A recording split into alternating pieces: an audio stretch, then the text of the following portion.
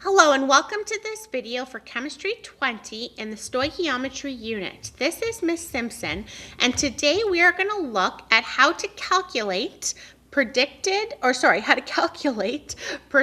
error and percent yield. Okay, sometimes percent error is also called percent difference, but essentially it's looking at when you have a laboratory procedure and you're making a certain amount of product, you can predict how much is going to be formed, and then experimentally you form a certain amount of that product. Okay? When you compare those values, we can calculate how close we are to getting to what we predicted, as well as how far off we were from what we were looking for. Okay, so what we're going to be talking about now is the difference between predicted and experimental yield. So the expected amount of product is called the predicted or theoretical yield. Okay, this is what you would find in a stoichiometric calculation. The amount that you actually get in a lab scenario is called the experimental or actual yield. It is extremely rare for them to be exactly the same. So if I predict I'm going to produce 100 grams of my product, it's very unlikely you're going to produce 100 grams. Okay, there's lots of reasons for it, and we'll talk about those reasons. All right, again, yield is product. Yield means you're producing something. Usually it's going to be a solid that we're looking at, and we're going to do gravimetric Stoich calculations to find our predicted, but it could also be a concentration in a solution, the pressure or volume of a gas, and so on. Okay, so yield is always a product that you're producing. Now, what causes your experimental yields to not be the same as the predicted yield? In a lot of reactions, there are competing reactions. So for example, when you have the combustion of a fossil fuel, we usually make carbon dioxide and water, but sometimes carbon monoxide is produced instead. So that's going to use up some of your reactants, preventing how much product, if it's carbon dioxide, being produced instead. A lot of reactions are very slow and we don't give them enough time to fully react. When we collect and transfer from one beaker to another, we're always leaving some behind, so we're losing some in the process. We can also have impurities in our reactants and products, okay? And sometimes the reaction doesn't even go to completion. It doesn't fully react, even if you let it sit long enough. Now, most of these things are going to cause you to have less produced than you predict, but this will actually cause you to have more. And this includes if your product is still wet, because most of the time, these questions are going to be solutions mixing, and you are producing a precipitate, and you're going to collect the precipitate by filtering the precipitate out of the solution.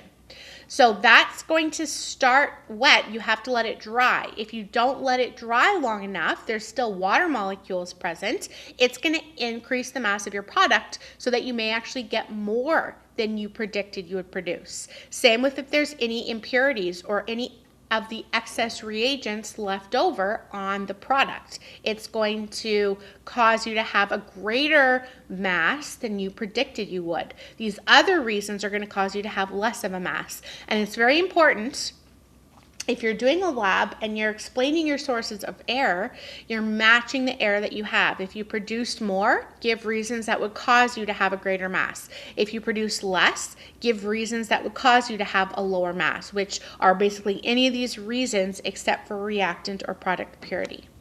Okay? So obviously we want to get a percent yield as close to 100% as possible. Okay, so percent yield is comparing the actual amount that you got during the experiment divided by your predicted amount, then you multiply by 100 to get a percentage. Okay, and we want to get as close to 100 as possible.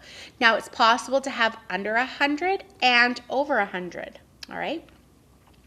We also can calculate our percent error. The percent error tells us how far off we are from the predicted or theoretical yield. We want our error to be as close as 0 as possible, okay? Standards in university, at least anyway, is plus or minus 5% is kind of the standard error that you want. So you're either over by 5% or under by 5%, okay? Your formula for percent error is actual minus predicted divided by predicted times 100, okay? Now, I want my students to have a positive or negative value with their answer. Again, if it's positive, that means you were over the predicted value by a certain amount. If it's negative, you were under the predicted value by a certain amount, okay? So, let's say you're given these values and you're not actually having to do any calculations, you're just given the values. If not, you will have to use your stoichiometric calculations to find the predicted mass and then do a lab technique to find the actual mass. Okay, or it's a question where it gives you the actual but you still have to find the predicted. Okay, this again is your precipitate, your solid product. That's usually, like I said, what these questions are dealing with. Solid product. Okay, so if I want to find my percent yield and percent error, all I need to do is use those formulas. Percent yield is actual over predicted times 100. Okay, so actual is the 7.12 grams. The predicted is 6.20 grams. Once I divide those, I then multiply by 100 to make it a percentage. So 7.12 divided by 6.2 times 100 is 115%. I want my same sig digs as the numbers in my calculations. They both have 3 digits, so I want 3 digits in my answer. This means that we produced over 100%. We produced more than we expected. So again, a reason for this could be purity or the precipitate was still wet after we filtered it. Okay? We were 15% over 100. Now, actually, when you get your percent error, you're going to find that it's going to be that 15%. It is the difference you are away from 100. Okay? This can also be called percent difference. Okay? Percent error, percent difference.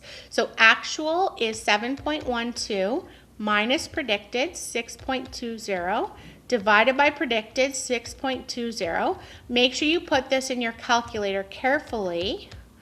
Okay, it would be 7.12 minus 6.2 in brackets, or find that answer, then divide by 6.2, then get that answer and multiply by 100.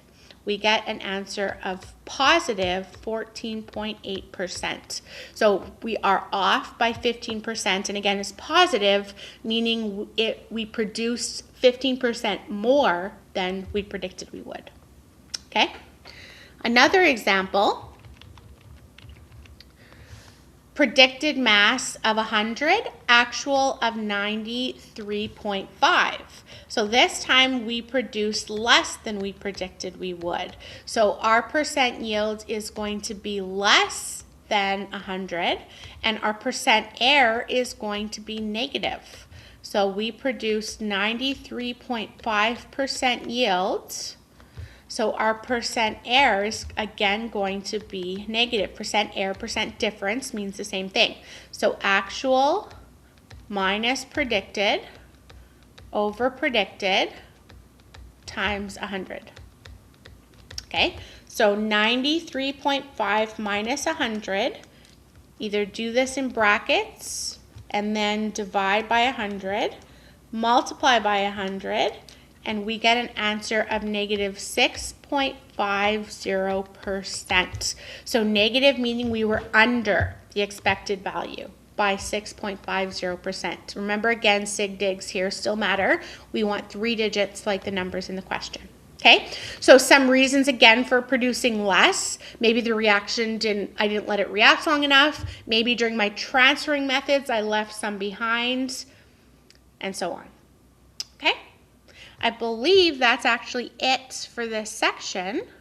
Quick little section on percent yield and percent error. Remember again, some teachers teach the percent error as percent difference.